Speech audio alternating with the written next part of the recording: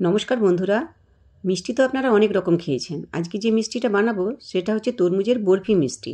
এটা আমি কিভাবে বানাচ্ছি আপনারা দেখতে থাকুন। এখানে আমি 1 কিলো তরমুজ নিয়েছি। এবার তরমুজটাকে আমি ফালি ফালি করে কেটে নিচ্ছি। এরপর আমি এই যে লাল অংশগুলো আছে এই লাল অংশগুলো নিয়ে নেব আর সাদা অংশগুলো ফেলে দেব।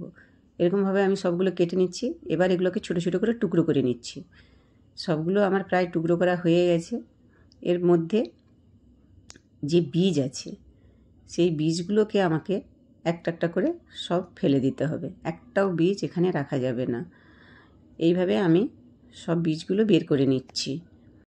এখানে একটা কড়াই গ্যাসে বসিয়ে দিয়েছি। এবার আমি এখানে 1 চামচকে একটু বেশি ঘি নিয়ে নিচ্ছি। আর এদিকে আমি মিক্সিতে সেই তরমুজটাকে পেস্ট করে নিয়েছি। এবার আমি তরমুজটা ওর মধ্যে দিয়ে দিচ্ছি। এই তরমুজের মধ্যে আমি একটুও জল ব্যবহার করিনি।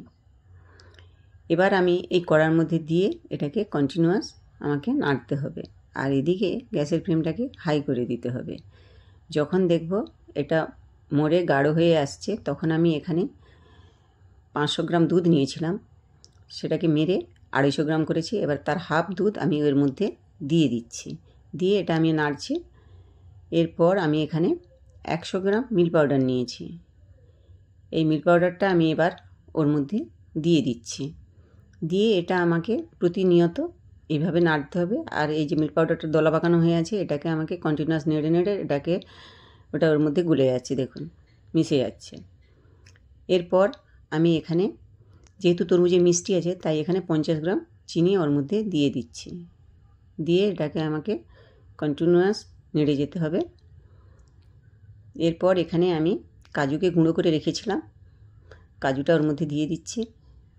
দিয়ে এটাকে নাড়তে থাকুন আর গ্যাসটাকে এবার আস্তে আস্তে কমিয়ে দিন। এবার এখানে এলাচ 7-8টা গুঁড়ো করে রেখেছিলাম দিয়ে দিলাম ওর মধ্যে।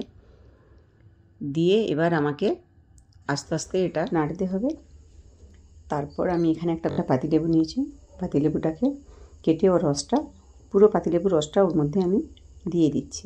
এই পাতিলেবুর রসটা দিলে এখানে যেহেতু দুধ আছে সেই জন্য ছানা হয়ে যাবে আর মিষ্টির টেস্টটা অনেকটা বেড়ে যাবে, তাতে স্বাদ খুব সুন্দর হবে।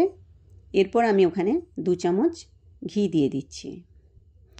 ঘিটা দিলে স্বাদও যেমন বাড়ে তেমনি এই যে কড়ার গায়ে যে মিষ্টিটা লেগে আছে এটা কড়া থেকে ছেড়ে বেরিয়ে আসবে। এইভাবে আপনি কিছুক্ষণ নাড়ুন, দেখুন কড়ার গা থেকে মিষ্টিটা ছেড়ে আসছে। এরপরে দেখুন কি সুন্দর গাঢ় গাঢ় হয়ে গেছে। এবার এইভাবে আপনি আর কিছুক্ষণ নাড়ুন। দেখুন মিষ্টির কালারটা কি সুন্দর হয়ে গেছে। এবার মিষ্টি থেকে খুব সুন্দর একটা গন্ধ বেরোচ্ছে।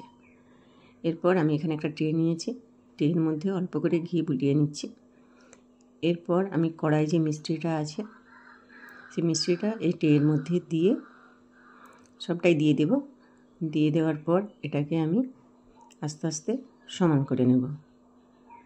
এরপর আপনি এটাকে বরফি টাইপের কেটে নিন। তারপর একটা প্লেটে সাজিয়ে আপনি পরিবেশন করুন। আশা করি আগে এই মিষ্টিটা কেউ খাননি, একবার বাড়িতে তৈরি করে দেখুন। এইভাবে তৈরি হয়ে গেল তরমুজের বরফি মিষ্টি।